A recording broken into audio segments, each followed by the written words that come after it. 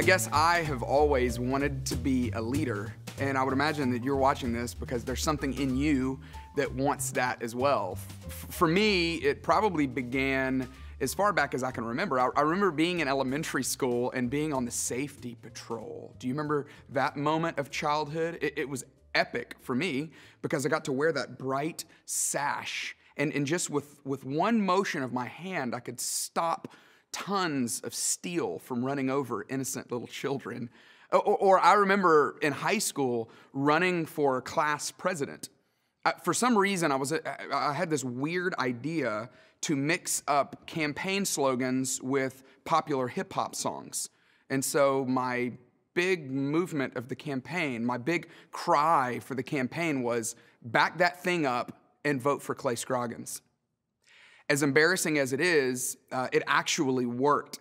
But for me, it just highlights something in me that has wanted to be a leader ever since I was young. In this session, this first session of how to lead when you're not in charge, I want to talk about what I refer to as the oddity of leadership. There's something very odd about leadership that I have noticed in myself, that I have noticed as I look back over my life, and I would imagine that you have recognized it as well. We, as humans, naturally make a connection between who is in charge and who is leading. We just believe that whoever is in the position of authority also is the leader. That leadership and authority go hand in hand, that they're two peas in a pod, that they're like peanut butter and jelly, that they just fit together perfectly. Why is that?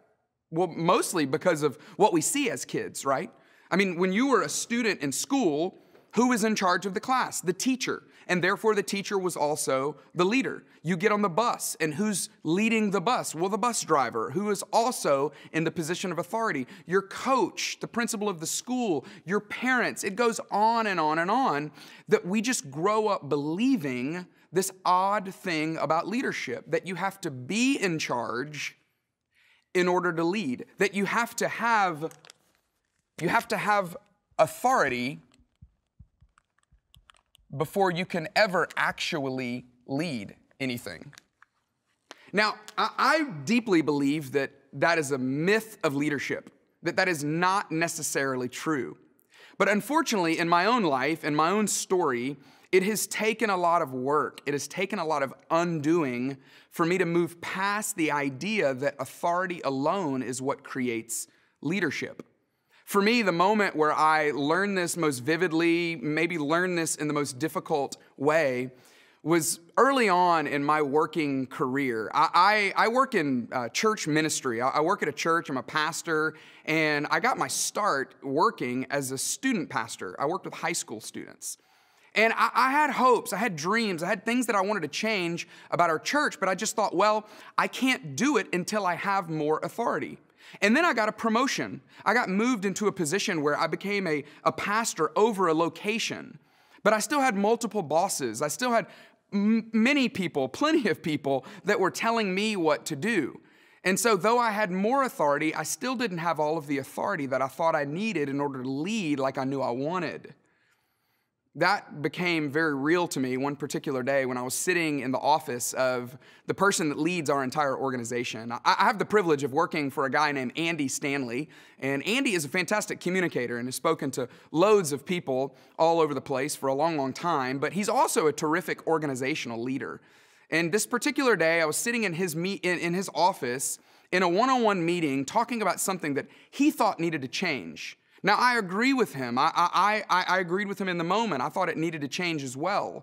But I felt like, well, I don't have the authority to make that change. Because of the position I'm in, I don't have all the title that I need to be able to change what I also see that needs to change. And so I had just resorted to blame. And so I was pointing out all of the people that were at fault, all of the reasons why the change that we both saw needed to happen wasn't actually happening. I realized in that moment that something dreadful had happened to me, that because I lacked authority, this had grown in me: apathy. I had become more apathetic because I didn't have all of the authority that I thought I needed in order to lead, in order to actually make something change or make something different or create some progress.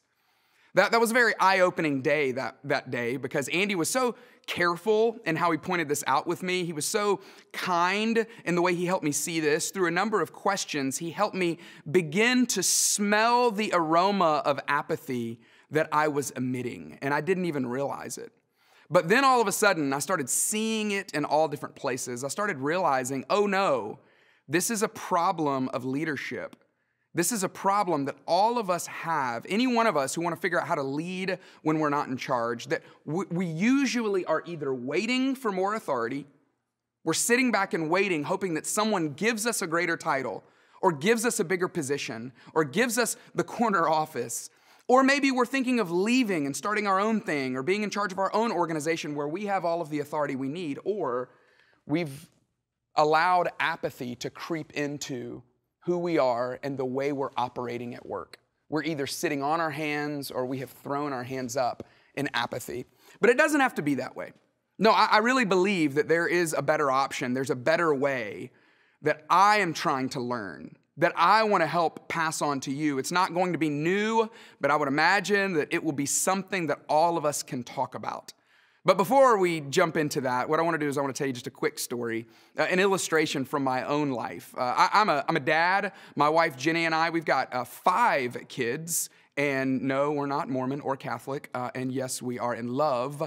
But our 5 kids require a lot of time, a lot of attention, as children do. And so one of the ways that I try to help out around the house is I try to do our grocery shopping. I'm the one that tries to say, hey, let me get the list, let me go to the store, let me do whatever needs to be done to make sure that we get the groceries that we need. Now, at our local grocery store, we have this particular cart that's made for kids. It's shaped like a car. It has a fake steering wheel on it that kids love to use. In fact, ever since they were little, my kids love sitting in that seat and holding that steering wheel. And I'll play along. When they turn left, I'll turn the cart left. When they turn right, I'll turn the cart right. But sure enough, every time we're at the store, the moment comes where I realize, okay, we've got to get the shopping done. And so they'll see the candy aisle and they'll be frantically turning the steering wheel, but the cart, it continues to go straight. And they look up at me every time with this bewildered look of dismay that says, Dad, you tricked us. You gave us a wheel that doesn't work. You gave us this thing that we thought we were operating, but it turns out it doesn't work that way. That steering wheel of leadership is very, very important. In fact, every one of us at different times in our life is going to bump into the same dismay, the same bewilderness about what we do with the steering wheel that we think we're handed, the steering wheel that we feel like we are in control of and responsible for. I know maybe that might look more like a Pokeball than a steering wheel, but hang with me on this. There's something important to learn about the steering wheel, and it's this. The steering wheel does not work if you or I become apathetic. And the steering wheel does not work on authority alone. No, the steering wheel works. You can use what you've been given. You can create an oasis of excellence right where you are. You can lead even when you're not in charge. But you and I have to learn how to operate the steering wheel. The steering wheel works because of this one word. And it's the word that this whole series is about. It's the word influence. The steering wheel works because of influence. Influence, in a sense, is leadership. In fact, I think that's the greatest definition of leadership, that leadership is influence. It is the currency of leadership is influence. Leadership is, if it were like a cream-filled donut and you sliced it down the middle, that cream would ooze out. But in the case of leadership, what would ooze out of leadership is influence, because it's the essence of leadership, the ability to move a room, the ability to persuade people, The ability to sit in a meeting where you have no authority and sell everyone on the direction that you think you should take. The ability to mobilize people who, they don't have to work for you. They don't have to work with you. Maybe it's someone who is in authority over you, but the ability to convince that person through influence that there's a direction we need to go. There's a possibility there. There's a hope there for every single one of us to be able to lead even when we're not in charge. But it's not going to happen through authority, and it's certainly not going to happen through apathy. But it can happen through influence if you and I learn how to cultivate influence, whether we're in charge or not. The place where I saw this most clearly at a younger age was in an internship that I did at the state capitol here in Atlanta, Georgia. We are fortunate to be the capital of our state, and because of that, I went to college just a mile away, and because I was so close to the Capitol, I got this internship in the governor's office. I was so excited about it because it was a brand new governor, and I had the opportunity to work in the policy department of the governor's office, where they're making decisions about education and transportation and finances for the state. Now, I didn't sit in any of those meetings, obviously, but I had a desk that sat right outside of a conference room where a lot of these decisions were being made. I'll never forget this one particular day where the tension in the room seemed to be high. I could hear voices begin to escalate. And a voice boomed above all of the other voices. I heard the table begin to bang, and someone say above all of the other voices, "Listen to me. I am the governor of the state of Georgia." I remember sitting there at my desk that day. I was 21 years old. I had never read a leadership book. I had never been to a leadership conference. I couldn't define leadership probably if I had been asked, but I knew, something's broken. Something isn't working. Because this person, to no fault of his own, was having to lean on authority to get the steering wheel of leadership to work. He was having to let everyone know that he was in charge in order to get them to do what he felt like he needed to do. Now, that form of leadership can work. You've experienced authority-based leadership, and it can work, but it only works for a short time. Long-term, sustained leadership, the hallmark of great leaders, it happens because of influence, whether you're in charge or not. The great news about this for me, the great news about this for you, if you find yourself in a position where you're not in charge. In fact, I would imagine that something about the title of this was attractive to you because you feel like you don't have enough authority or you don't have the title that you need. What are you supposed to do? Are you supposed to wait on more authority? Are you supposed to just sit back in apathy? Or what if you could learn how to cultivate influence from the position that you're in today so that you can have sway in the organization that you find yourself in? Whether you're an intern, whether you're a middle-level manager, whether you're a senior VP, honestly, even if you're the CEO of your organization, even if you're the senior pastor of your church, learning how to lead when you're not in charge requires cultivating influence that you'll need even when you are in charge. This couldn't be more important for you as a leader, for me as a leader. What I've been trying to do over the last several years is I've been trying to apply some behaviors that I think are key to cultivating influence. I think these behaviors that we're going to talk about over the next couple of sessions are so crucial to my ability to cultivate influence so that I will have influence to leverage so that I can lead. I hope it'll be a great discussion for you as well.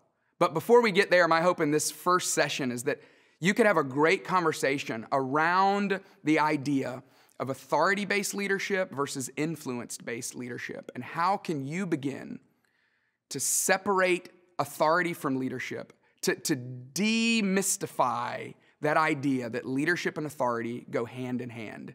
And as you do that, I think it's going to help you become the leader that you've always wanted to be.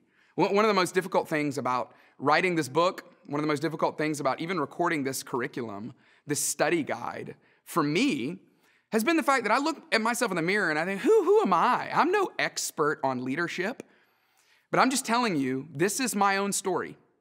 And if there's anything I can do to just walk alongside of you, to help you learn some of the same things that I'm trying to learn, I haven't mastered any of these. I'm in process just like every single one of you are in process. But my hope through this is that together we can have a discussion about cultivating influence so that we can learn how to lead even when we're not in charge, so that we don't have to wait on more authority and we don't have to wallow in apathy, but we can begin to cultivate influence now, to leverage influence now, even without the authority that you think you need to lead. And I hope that this will be helpful in you becoming a leader that you've always wanted to be, and a leader that's leading even when you're not in charge.